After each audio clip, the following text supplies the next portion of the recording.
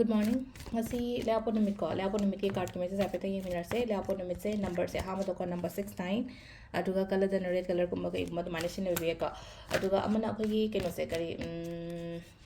chak thong malai na keno mas hapo to red kumba hapo haiba to red machugi akogi keno koi chili powder gumba kai gumba mana kitang happy yo hadi morok sana bana te ko just maming yo na smaina hapa kitang khot na smai lor smai hapa matam da hadi morok kai sharo na ko amai to raga hadi ayuk ta phau na khala se nung dang ta kai do smaina happy ba keno no mitse ko hadi le apu no mitse khoi aham pata khoi gi card ki message se yeng ase timing of website pe ding minara se ko card number 1 card number 2 and card number 3 ko 1 2 3 sidagi amma choose to aham bai se consider ani shuba consider traga om suba consider have ko hadi first card choose to point ko first se thabak oiro family oiro yam thina balance ro ga chat pagi mong doin tawe ko hadi ani mak ilai no ani mak important na ani mak to ai gi priorities ne na khala ko hadi sida lai se ko hadi multiple kaino hai tare ko kaino ne ani mak se ai na phajana balance to ra chat ke hai na khan ba adumai na gumba lai ko na traga hadi pot ani da chamam na bakra su lai ko si ko na ai si sira si to sira aina khali ba pot to bio aina khali ba hadi pot ani hadi pot ani an hires ne ko suppose khut sida pot ani khak pairaga lai ren khala se ani paira sida lai se mi se paira lai ba pot se karambana hena phagadage karambana hena keno tawgadage aina thau aigi thamoina taba poto adudo oina follow tawbiba ko hatu tu chinjan ganu ko adugi potu da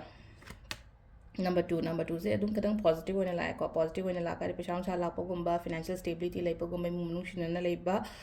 aduga thabai khang chappa ko ba tam da success leiba ko pa dumai to ro ko no yam positive card ne si na haidi simple oina harba da haidi pesha gi oiro family gi oiro amagi oiro ngasi goina phaba no mit haiba do oire ko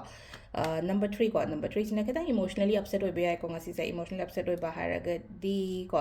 confusion gumba leiba do kai to do no kamai to do no ko to no especially relationship ta ga hara sine gambra adi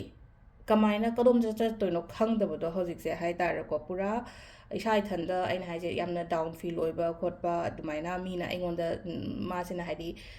aingonda cheat tawra jala ne khola jara ne kaina maina khanba ko pa haidi not only relationship katangi na tabi da ko akoi gi thabak tawmina ba khomina ba da gi manabe loina ba khotba aduma matam da su leina ko haidi somewhere feel tawgani ba haidi moise ai gi damakta hadi afaba tawde khote haibagi ado just temporary ni ko se je hadi kuina sangna lega da pot na te ngasi katang oibe adu ga he nonga laga dum kaisu normal oigani ko hadi kuina sangna difficult oiraga leiba na te ba ngasi gi oina ko puni nungsi ba khot pa adumai na katang leiba ko pa mai oina oi ko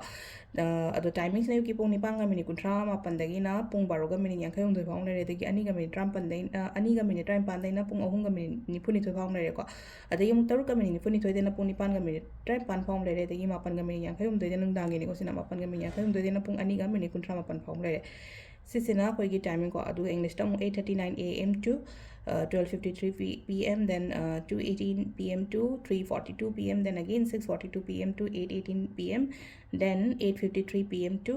2:39 a.m. ko sisina koi gi ngasi goina for timing ko adu se le ko ye card ki message se ngasi gi thank you